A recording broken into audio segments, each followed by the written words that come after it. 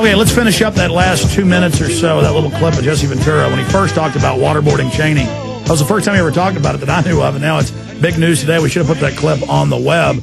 But let's go ahead and go back to that video. Here it is. Can you describe what waterboarding was like? Drowning. It gives a complete sensation that you are drowning. What did they do? They strap you down, they put a towel across your face, and they start pouring water into the towel. And naturally, your mouth and that can't consume all the water. You can't drink it quick enough as they pour it. And it gives you the sensation it's going up your nose, it's going down your throat, and it gives you the complete feeling that you are drowning, even though you're not. The moment they stop it, then it'll subside. But that's the field waterboarding. They have another one where they put your head completely into a bathtub. I don't know about that one. Yeah. The only kind we got... They kill people doing that. Yeah. The only kind we got was the field waterboarding back in the days, the early 70s. Oh, that's the classic one, man. And they did it to all of us at SEER School. It was part of the training. And so my argument there is, if waterboard is indeed torture, which I think it is, how come we allow it to torture? And for us SEALs, UDT SEAL guys, giving us waterboard, it was irrelevant. No, and I'll say that, it was irrelevant. Because in our platoons and in all the people that I served with, we all had an agreement. We would never be captured, we'll die first. So why would I need to face the waterboard if I'm dead? All of us were under an agreement that we will die first. We will not be captured. We will go down in a blaze of glory. So why did I need to be waterboarded? When I had already made a conscious decision that if it ever got to the position where I felt I was going to be captured, I would take death first. And and I would think my attitude was, I'll take 3 or 4 of them with me before I go. Because always remember, the SEALs, we don't get mad, we get even. And that's how we operate. I mean, so to me, I felt that the waterboarding and the whole POW thing was irrelevant to us, because there's never been a SEAL captured, nor do I believe there ever will be one. Wow. Because the SEAL will die first in our type of operation. The only way they'd capture the SEAL is if the SEAL didn't know he was going to get captured. Yeah. And then if he got captured and disarmed. There is Jesse Ventura Somewhere in Time 6 months ago when he was here in Austin, Texas. What a great guy in person. Just a regular guy, but quite an individual. Quite a presence. I've never been around anybody in my life. I've been around a lot of famous people who has the presence of Jesse Ventura and the energy. People say, I wear him out. I was wore out after a few days hanging out with this guy. And he's going to come on for a full hour coming up on June 1st. He's been on a huge media blitz with a paperback of his Don't Start the Revolution Without Me, put out by Skyhorse Publishing, a big bestseller. And he's got a lot of news for us today, and I got a lot of questions for him in the 25 minutes we've got left. Jesse Ventura, thanks for coming on with us. Good to have you back here. Hi, Alex. I guess it's nice to be back, but I don't know. Mexico gets more attractive all the time. It absolutely does. Are you kidding? I would love to be down there in the beach and the surf as well. I went down to Mexico for a week a few months ago, and I wanted to stay. Speaking of Mexico, let's bring up a question you haven't been asked. What do you think about all the hype of this flu? A couple people die, and they act like it's the end of the world, and Obama saying that we may all be forced to take an inoculation in the fall.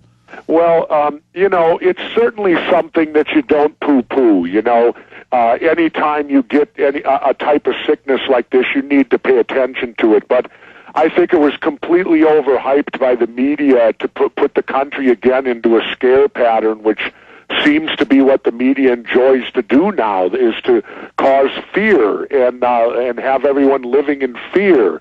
What they need to understand is, okay, if there were 1,500 cases of it in Mexico City, yes, that's something to be very concerned about. I feel the Mexicans, I was down there, they did a terrific job with what they could do. They closed all the schools.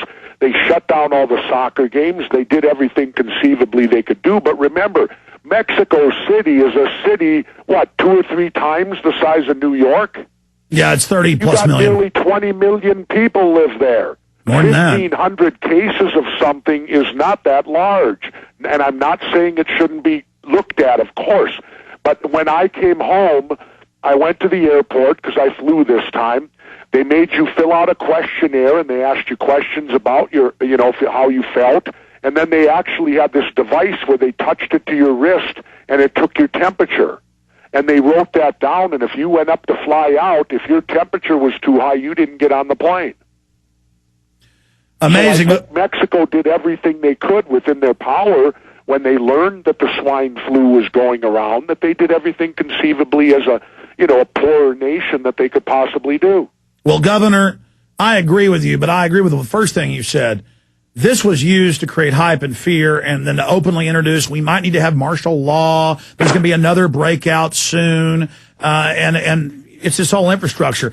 Getting to the big national controversy, you've caused quite a buzz and helped, really, I think, single-handedly push it back into the spotlight that Cheney and Bush committed all these crimes, ordered torture, and then burned their own underlings and sent them to prison for it, and are now denying it when we have their own memos from Gonzales and others in Bush's speech. What should be done? What's your idea? A hearing in Congress? They'll just whitewash it. I mean, if we don't bring Bush and Cheney to justice, and if Obama covers for him, as he said he's going to, quote, move forward, and I mean, what do we do about this from your view? First of all, Alex, let's understand why the president wants to move forward. Because the Democrats are involved, too. Yes. Good point. Now, maybe they didn't order it, but in my opinion, they certainly knew it was going on, and they didn't step forward because of their, let's remember, Democrats truly don't have spines for the most part. And so they condoned it and went along with it. That's why they don't want to continue with it. It's because whenever the government tells you it's time to move on, that means that both parties are involved and both of them did something wrong. They don't want you to know about it, so they want you to move on. And so that's the dilemma you're faced with. And in light of the fact that it's basically all Democrats and Republicans in the Congress and everywhere out there, they're going to move on. And we'll be left like we always are, Alex, yelling out there going, where's justice? Well, that's my big... Justice will have been lost or blinded. Well, that's my question to you. I mean, from your perspective, how do we get out of this left-right where, as you described when we interviewed you, two different wrestlers, play the bad guy, the good guy, but really they're on the same team? How do we get past that and ever get these special interests and these elites out of the way that are doing this to us? Well, Alex, that's simple. The lemmings out there have to start voting for the independents. Look, we tried our asses off to get Dean Barkley elected. He did very, very well. He got over 400,000 votes.